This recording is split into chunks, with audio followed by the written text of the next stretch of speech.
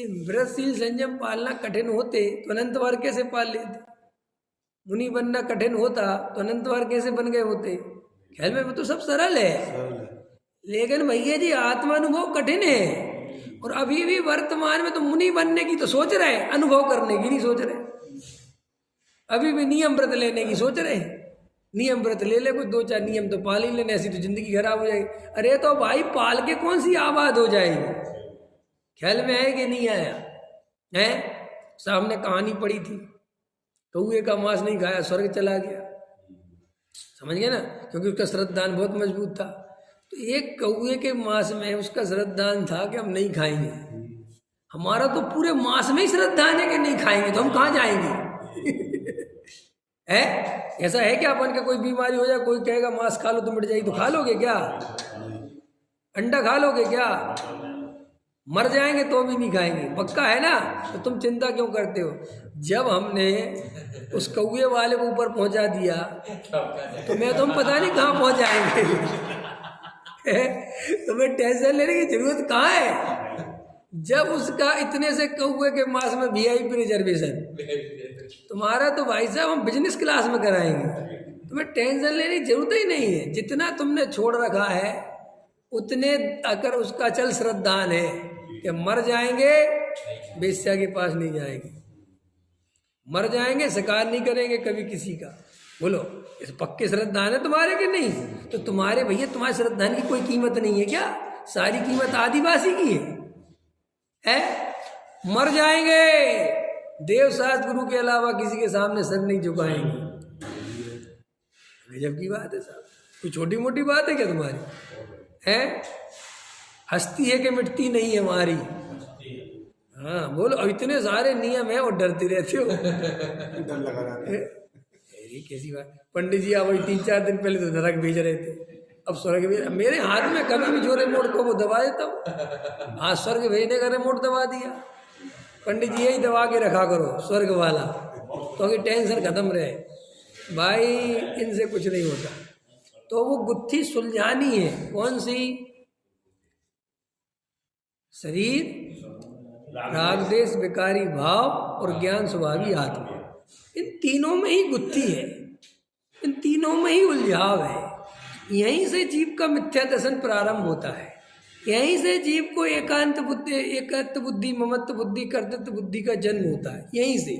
तो अब प्रश्न बड़े से बड़ा ये है कि भावों के बिना क्रिया नहीं होती, ये बात ठीक है, लेकिन बहुत सी क्रियाएं तो भावों के बिना भी होती हैं, ठीक है ना?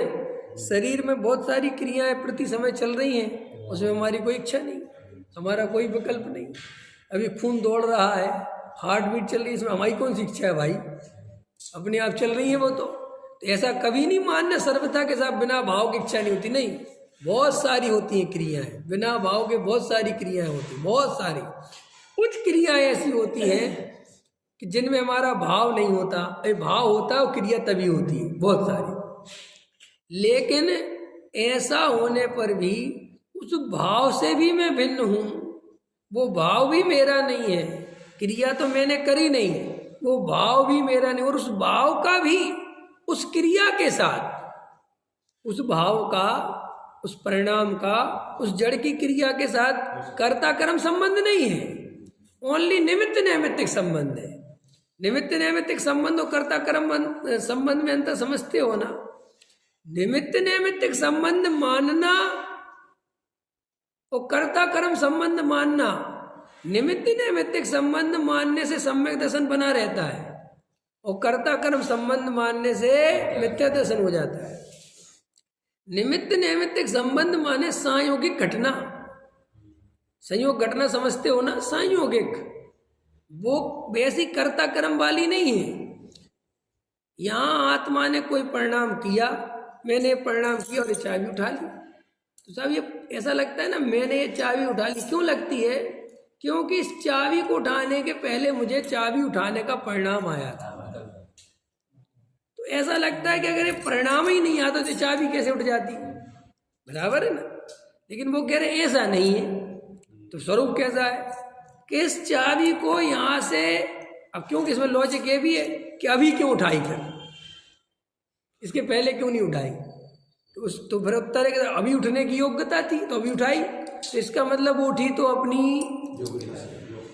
अब संबंध ऐसा है कि वो परिणाम पूर्वक उठती है, तो परिणाम उसमें निमित्त है, उसको उठाने वाला नहीं है।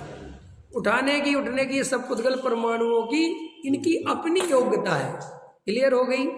ये बात देखने में बिल्कुल नागवार लगती है, समझ नहीं आती। समझे ना कि क्या है कि तरीका है कोई खुद उठा रहे हो, कह रहे हमने नहीं उठाई। अब ये बात समझ में कैसे आए? मैं बता रहा हूँ, समझ शब्दों से कभी समझ में नहीं आएगी, पढ़ाने से कभी समझ में नहीं आएगी, कांजी स्वामी के भक्त बन जाने से कभी समझ में नहीं आएगी। ख्याल में है ना? स्मारक वालों के भक्त बनने से नहीं समझ में आएगी, सोनगढ़ी बनने से समझ में नहीं आएगी, मोक्षु बनने से समझ में नहीं आएगी, मुनियों की सेवा करने समझ में नहीं आएगी, पंथ संप्रदाय में जाके समझ में नहीं आएगी। क्योंकि इसको समझने के लिए केवल और केवल एकांत में बैठ के तत्व विचार और आत्मानुभव चाहिए। जब उससे समझ में आएगी कि वास्तव में कोई करता धरता, और मूर्ख चंद हम वो हैं कि हम शब्दों में समझने में लगे हैं। अब शब्दों में हाँ तो भरते हो, लेकिन अंदर नाना रहती है। व्यापार कौन चलाता है? दुकान पे मैं जा रहा हूँ, कौन चला रहा है? फैक्ट्री अरविंद बाबू है, अपने आप चल रही, अपने आप चल रही है। अरे डरते क्यों? अपने आप चल रही, स्वरूप तो यही है कि अपने आप चल रही। लेकिन श्री गुरु कहते हैं ऐसा मेरे समझाने से और ऐसा तेरे कहने से बात बनने वाली नहीं है। मास्टर जी इंपॉर्टेंट बात कह रहा हूं। हम शब्दों में समझ रहे हैं सारी चीज, अब शब्दों में क्या रखा है वहां, क्या देवेंद्र जी समझ में आती कि नहीं आती?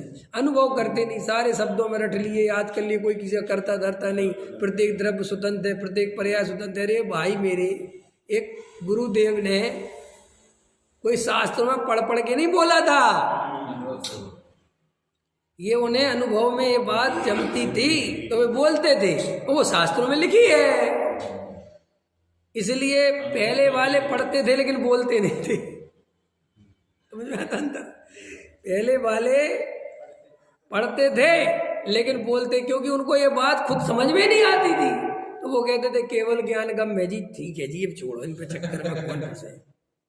इसको भी केवल ज्ञान गम में डाल रखा था, इन बातों को भी, कि कोई किसी का करता धरता नहीं है। एक पुद्गल परमाणु दूसरे पुद्गल परमाणु में, एक पर्याय दूसरी पर्याय में, एक द्रव्य दूसरे द्रव्य में, एक गुण दूसरे गुण में, एक शक्ति दूसरी शक्ति में कुछ करने धरने वाली, ये सब भी उनने काय में डाल रखा था कि साहब केवल ज्ञान में होगा हमारे। अपन तो सारा कर्मों का खेल खेलो, इन्हीं कर्मों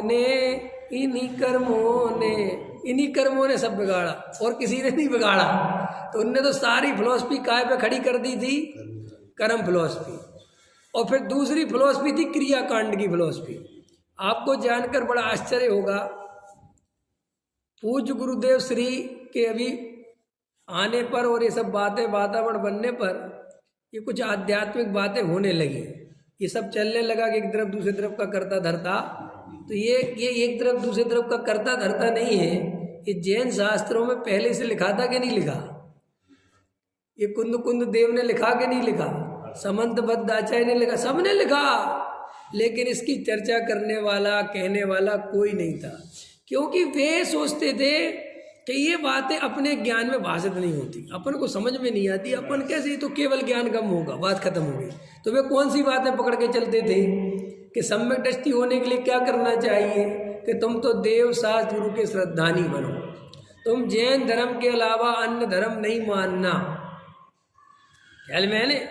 अनेकांत जी सुनाते बहुत अच्छी घटना। वो और उनकी वाइफ एक बार सोनागिर में गए, बताते वो उनकी ग्वालियर है ससुराल, झांसी ससुराल है, तो सोनागिर गए। तो सोना की शादी नई हुई थी, 6 महीने बीते होंगे, तो गए होंगे ससुराल, वहाँ पे ससुराल से वहाँ गए सोनागिर। तो वहाँ पे एक महाराज जी बैठे थे, तो इन्होंने दर्शन करे, तो बोले आप बोले अनेकांत जी बोले तुम्हें सब दर्शन है? समझ गए नहीं समझे? तो तो अनेक जी ने कहा हाँ मुझे तो है, लेकिन इसे नहीं है। क्या कहा इस वाइफ को? तो बोले चलो अभी ले लो सबमिशन, लो जल्दी। अनेक जी कह रहे ऐसे सबमिशन मिलता है क्या? क्योंकि वे तो जयपुर पढ़े थे, लेकिन मेरा महराज जी से फोन में कहा हमें तो है। तो बोलो जल्दी लो, अभी देते हैं, जल्दी लो। बोले बोलो साहब। बोले देव सतगुरु के अलावा अन्य किसी को नहीं मानना, जल्दी त्याग कर दो, जल्दी कुकुरों को देख। बोले साहब त्याग। बोले रात्रि भोजन का त्याग कर दो।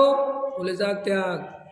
बोले अनछने पानी का त्याग कर दो। बोले त्याग। बस बोले हो गया सम्मिशन, अब आज से तुम सम्यक दृष्टि हो, अब आज से किसी को मत कहना मिथ्या दृष्टि है, ठीक है जाओ।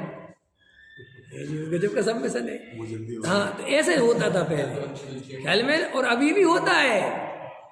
आपको जानकर आश्चर्य होगा, जिस सम्यक दर्शन को लोग सम्यक दर्शन कहते हैं, अगर वास्तव में उस सम्यक दर्शन के अनुसार सर्वे किया जाए तो मुमुक्षु सारे के सारे सम्यक दृष्टि निकलेंगे। और सुनो, जो वो परीक्षा लेने वाले हैं वे सब मिथ्या दृष्टि निकलेंगे।